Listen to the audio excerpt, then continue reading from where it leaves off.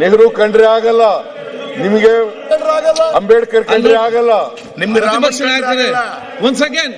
ಈಗ ಅಲ್ಲಿ ಮಾತಾಡಿದ್ವಿ, ನೀವು ಯಾಕೆ ಅಲ್ಲಿ ಕೂತ್ ನೋಡಿ, ಬಹಳ ಸ್ಪಷ್ಟವಾಗಿ ಬೆಳಿಗೊಂದು ಮಾತಾಯಿತು, ಮತ್ತೆ ಚರ್ಚೆ ಅದ ನಂತರ ಅಲ್ಲಿ ಬಂತು. ಇವತ್ತು ಇದಾದ ನಂತರ ಪ್ರತಿಪಕ್ಷ ನಾಯಕರು ಮಾತಾಡ್ಲಿಕ್ಕೆ ಇದ್ದಾರೆ.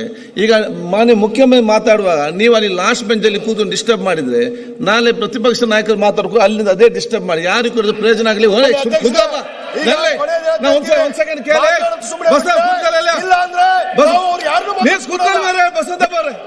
ಒಂದ್ ಸೆಕೆಂಡ್. ಎರಡನೇದು, ಇದನ್ನು ಶಿಸ್ತುಬದ್ಧವಾಗಿ ಒಂದ್ ಸೆಕೆಂಡ್ ಒಂದು ಶಿಸ್ತುಬದ್ಧವಾಗಿ ತರಬೇಕಾದ್ರೆ ನಾನ್ ಕೊಡೋದಿಷ್ಟೇ, ಸರ್ಕಾರ ಕೇಳೋದಿಷ್ಟೇ.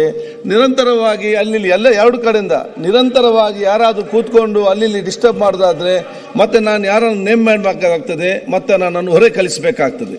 ಇದರಲ್ಲಿ ಅದಕ್ಕೊಂದು ಯಾರು ಕೂಡ ಅವಕಾಶ ನಾನು ಎರಡು ಕಡೆ ಅವ್ರು ಕೂಡ ಹೇಳೋದಿಷ್ಟೇ. ಇದರಲ್ಲಿ ಇಬ್ಬರಿಗೆ ಹೇಳೋದಷ್ಟೇ. ನಾನು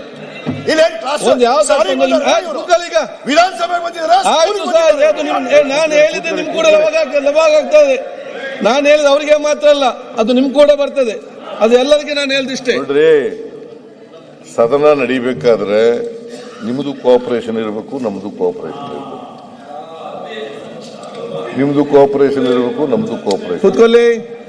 ಪರಸ್ಪರ ನಾವು ನಾನು ಮಾತಾಡುವಾಗೆ ನೀವು ಇಂಟರ್ಫಿಯರ್ ಆಯ್ತೀವಿ, ಅಥವಾ ಅವ್ರು ಮಾತಾಡುವಾಗ ನಾವು ಇಂಟರ್ಫಿಯರ್ ಆಯ್ತೀವಿ ಅನ್ನೋದು ಸರಿಯಾದ್ದಲ್ಲ. ನಿಮಗೆ ಡೌಟ್ ಇದ್ರೆ, ನಾನು ಮಾತಾಡೋದ್ರಲ್ಲಿ ನಿಮಗೆ ಅನುಮಾನ ಇದ್ರೆ ಅಥವಾ ತಪ್ಪು ಹೇಳಿದ್ರೆ ನೀವು ಹೇಳುವಾಗ ಅದನ್ನು ಸರಿ ಮಾಡ್ತಕ್ಕಂಥ ಕೆಲಸ ನಿಮ್ಗಿದೆ, ಅವಕಾಶ ಇದೆ, ಮಾಡಿ ಅದನ್ನ. ಓ ಅಂತ ಹೇಳೋದೇನು?